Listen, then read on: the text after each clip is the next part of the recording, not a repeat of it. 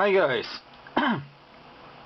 Sorry for that. So today I want to show you what I got, and this is this small parcel. One of my colleagues gave it to me today morning, which is a bonus when you are working as a postman. You're getting everything instantaneously, especially if it's signed for or you know, something big and no one wants to carry it around, so they just take your stuff.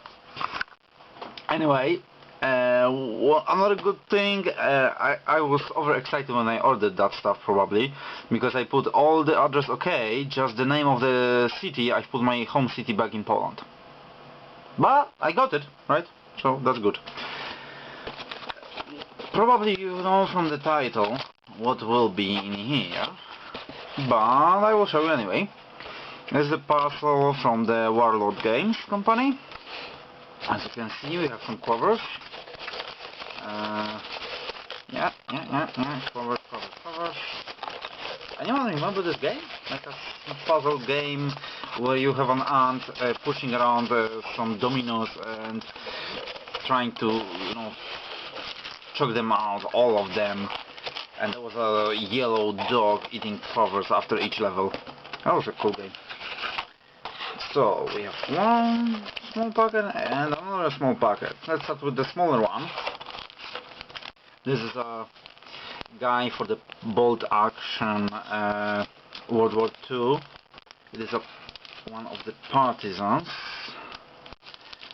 So I want to paint him in the colors of the Warsaw Uprising. And just check the models. Okay, and now will be moment to test my video program, as I need to make a break. So okay, so this one, so we'll see now if it works or not. Anyway, that's how the models look like. It seems quite nice. You have nice details like the socks on the boots and everything. That looks nice. To be honest, what I was wondering most about is the face, as I've seen some painted models and the faces were usually weird. This one looks quite okay. We'll see how it paints. Maybe then I will order another one. But that's not the main point of this video. The main point is here in this box. And this one, I'm telling you, I'm really excited about that. That is a box of 3 winged hussars. The most famous heavy cavalry in the world, I think. And you probably never heard about them. Well, at least it's famous in some parts of the world. But it is a most iconic military unit for Poland, I think, ever. It's like redcoats for Brits, or I don't know, airborne 1-on-1 for Americans, something like that. You know, when you, at least in a country, and you think about some military units, that will be something truly Polish, like like Highlanders for the Scots. I think this zoom is a little too much. It's good for details anyway. So let's check the details. As you can see, the guys are wearing heavy armor on them.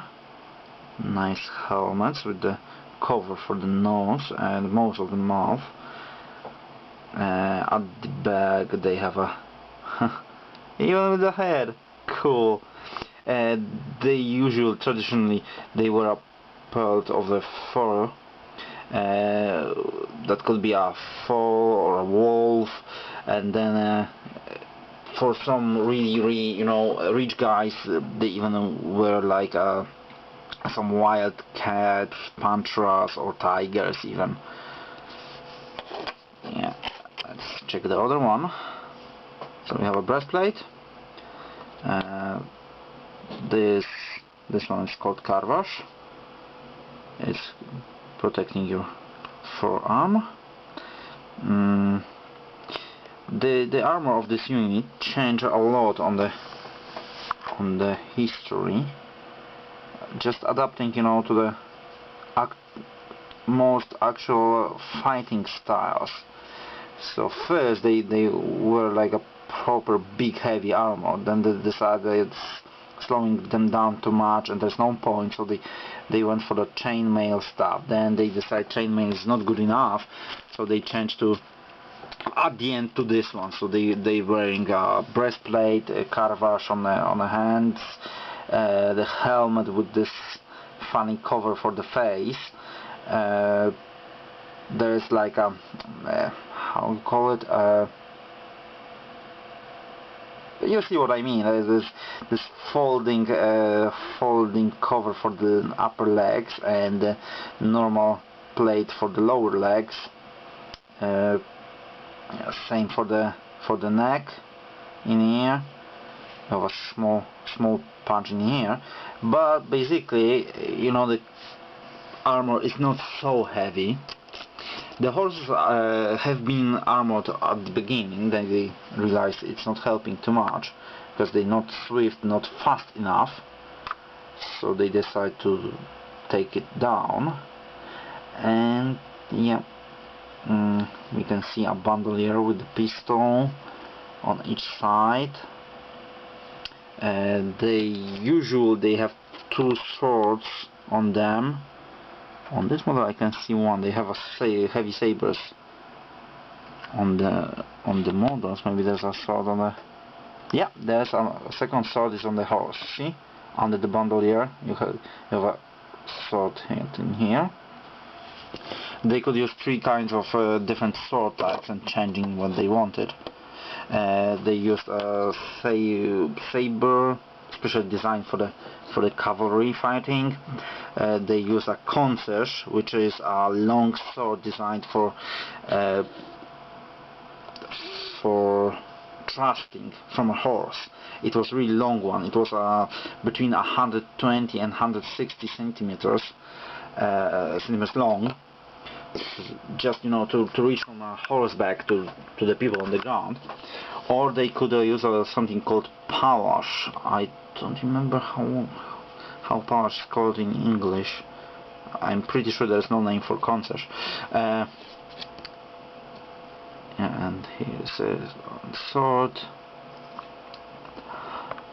Yeah, palash is a short sword around 90 to 110 centimeters. Really heavy, so it's really, if you got hit by that, well, you're dead. There's no talking about that, you're dead. But the main weapon was, like in most of the cavalry, it was lance. This one here is a brass rod. It's really pointy and really, ow, yeah, really pointy head on the end. And there they are, the wings. The wings on the hussars quite legendary. There's no real, you know, information why they put them at the back on themselves. They start using them around the end of the 16th or 17th century, or around I don't remember. Sorry, basically in 17th century, and there's no real information why. There was a theory, just, you know, the sound of the wings itself was scaring the troops or animals of an enemy. But when they were filming some movies in Poland and reenactors went with the hussar wings and charging them, they decided it's not scary. there's not enough sound to be scary. And yeah, so probably it was, you know, just to show how cool we are. But yeah, that's the models. Let's see them maybe until that's okay. So yeah, that's how they look like. Let's try to sit on a horse. Does anyone all the hands carrying the lances will need that drilling. But anyway,